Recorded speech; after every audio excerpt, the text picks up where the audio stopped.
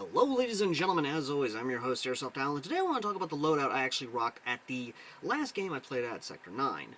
Now, many of you have seen the gameplay, you saw me run around with a lot of different guns and stuff, including the night game portion, and believe me, it was a lot of legitimate fun. Now, before I go and do that, I want to kind of point out something. I did not take any sort of armor or anything to the field. Instead, I actually bought armor there because legitimately, I found one that I had been searching for, vying for a long time. That, of course, being legitimate SWAT armor, or at least the replica SWAT armor from the 80s and 90s. Primarily just the 90s.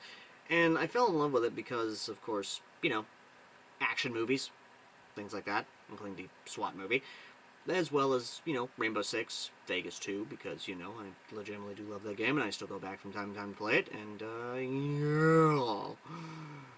Moving on, of course. So let's go ahead and talk about the comm setup, because this one was one I was actually kind of pleasantly surprised by. That, of course, being my radio, which is a Baofeng.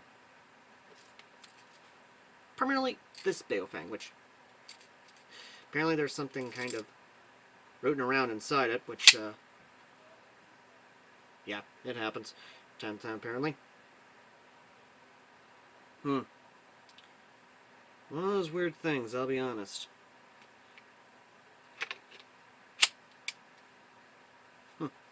Apparently that rooting around is now gone.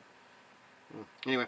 But yeah, no, I decided to try and extend the battery at least, to try and make it fit into the larger radio pouches that I have, only to find out, yeah, no, that ain't gonna work. But the other thing I did do, which actually get a smaller antenna. This dummy antenna here is only good for, from what I gathered, about a mile or so, but for local field play, it actually is good and kind of gives off that retro look.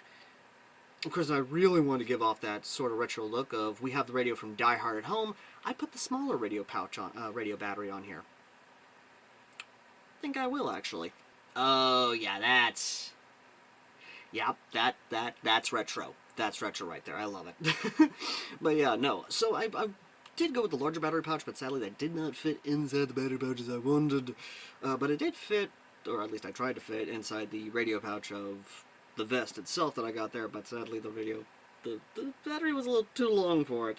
But it did fit in a back magazine pouch, which I will be talking about in a bit, but let's go ahead and move on away from the radio, which actually this did work great. I will probably leave a link to this antenna in the pinned comment, just because, you know what, if you guys want it for your local field play, so you're not getting smacked on the head by your antenna, or, you know, smacked anywhere in your body by a large antenna, pinned comment down below. But moving on.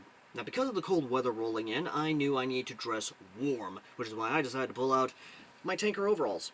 These tanker overalls are actually dated 1986, which means these are Cold War stock, and they legitimately actually worked out pretty well, I'm not gonna lie. While the upper part is more thin, the lower part is actually more thick. And I do absolutely love these things. These things worked out amazing. But moving on to, of course, the other bit of the kit before we get to the main event. Okay, one of two main events, but moving on. Of course, I have myself a battle belt on here, which is a rather cheap battle belt, honestly. Like, I don't even remember the brand of this thing. It got it on Amazon. It was one of those things. Had a canteen, had a pouch back here for the HPA tank. That's about it, really. Moving on to the main event. One of two main events. Which, of course, is the vest. Now, this is not the SWAT vest you might be thinking of. It's definitely not one I'm thinking of. Maybe it is, I'm not 100% sure on that, but the big thing, though, is that I bought this at Sector 9 at their pro shop. It was very affordable, and I will admit, this vest actually is kind of interesting. It's got Velcro snaps, it's got these pouches here, which are mostly, I believe, pistol magazine pouches, or even grenade pouches, or basically 40mm pouches, whatever, more or less.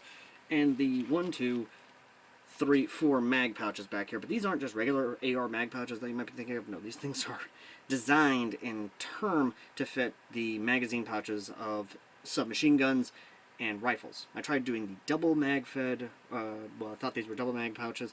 They don't fit two rifle pouches, rifle magazines at all, which is kind of disappointing, to say the least, but it is what it is. These do fit radios, though, which is definitely nice. And, of course, the radio pouch back here, like I said, doesn't fit the larger radios with the extended batteries, but in terms of a small radio, if I can get it to, of course, work with me for a second. There we go.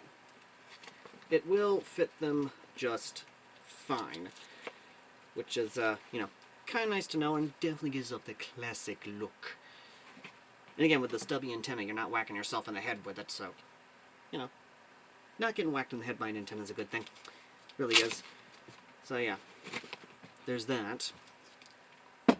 Which, the other thing I want to kind of point out is the fact of the magazine pouches themselves do fit well to submachine gun pouches. I was able to fit 3 MP5, not MP5, my bad, UMP45 mags in these pouches, as well as just fit one singular extended or regular AR-15 mag in there, which, again, sad to say. Now, the collar itself I do like. This is not removable, but it is very svelte. It is very padded. It's got that memory foam feel to it, and it actually does protect your neck very well, while at the same time also keeping your neck very, very warm, very nice. Now, you can remove the pouches like I've done already, because they're just snapped on there. They're Velcro and snapped on. They do have these little bits right here, basically for your radio to kind of hang there, and you can communicate with. That's what I did. And again, it's one of those things. It also has a handle here. Not a very sturdy handle, at least I believe so, but, you know, it is what it is. But yeah, no, you have a ton of Velcro space here for either your patches or whatever. It's definitely a very interesting design vest, I'll say this now, and definitely a lot of 90s philosophy behind it in terms of tactics, especially the mag pouches on the back, which, honestly raises a lot of questions. I even researched this. I don't understand why mag pouches back. Like, is your teammate going to just reach into the back of your mag pouch and just pull out a magazine for their rifle or submachine gun?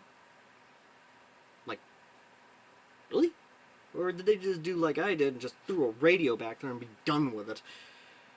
A different time. Different time. But no, this vest actually does work out fairly well. It kept me warm, and I legitimately do love running it. It legit is a very nice svelte vest. Again, it's not bad to say the least. Might wash it, though, in the future. I might. I gotta look up the washing instructions on this, because it has 0 tags or anything for washing, so, yeah. Moving on to the gun. Now, in terms of guns I did bring to the field, I did bring, of course, my Magpul PTS M16, or at least somewhat complete Magpul PTS M16 V2. I did bring the Battle X mag pulled up, which that one is going to get a 90s, or at least a GWAT era skin thrown on it real soon, because I kind of want to take that Magpul furniture and throw it to something else entirely, mind you. And then finally, as a nice little bit of fun, I decided to bring something else to the field, or at least in this case, run something else to the field, because, well, here's the thing. My man Wolfman did not like what he had. He heard my plight of things I need fixed and decided to throw a man a bone and actually help me out with this situation I was in. And because of it, I now have this submachine gun in my collection, and I'm hoping to get more magazines for it. Or at least, in this case, BBs for it, because the magazines are freaking 450 high caps, and I don't got to worry about running out anytime soon. But it's always good to have, you know, so it's always good to have more. But either way, though, I'm stalling. You know it, I know it. It's from the review I did of it. It is, of course, the Double Eagle M89, the Double Eagle MP5, the MP5, not the MP5, my bad, the UMP45 at home, the UMP45 for the paws. And legit, I loved this.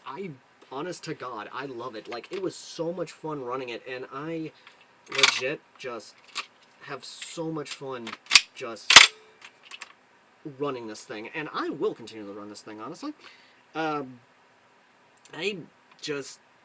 legit absolutely do love this, and the fact I can actually do that. That's what makes it fun. Battery-wise, it's definitely interesting, considering that, depending on the battery I have in this thing, I'm not able to do that, so might look at batteries in the future to see if I can run it. But either way, though, I will admit, it's gonna be having some growing issues, but it is what it is. It is what it is.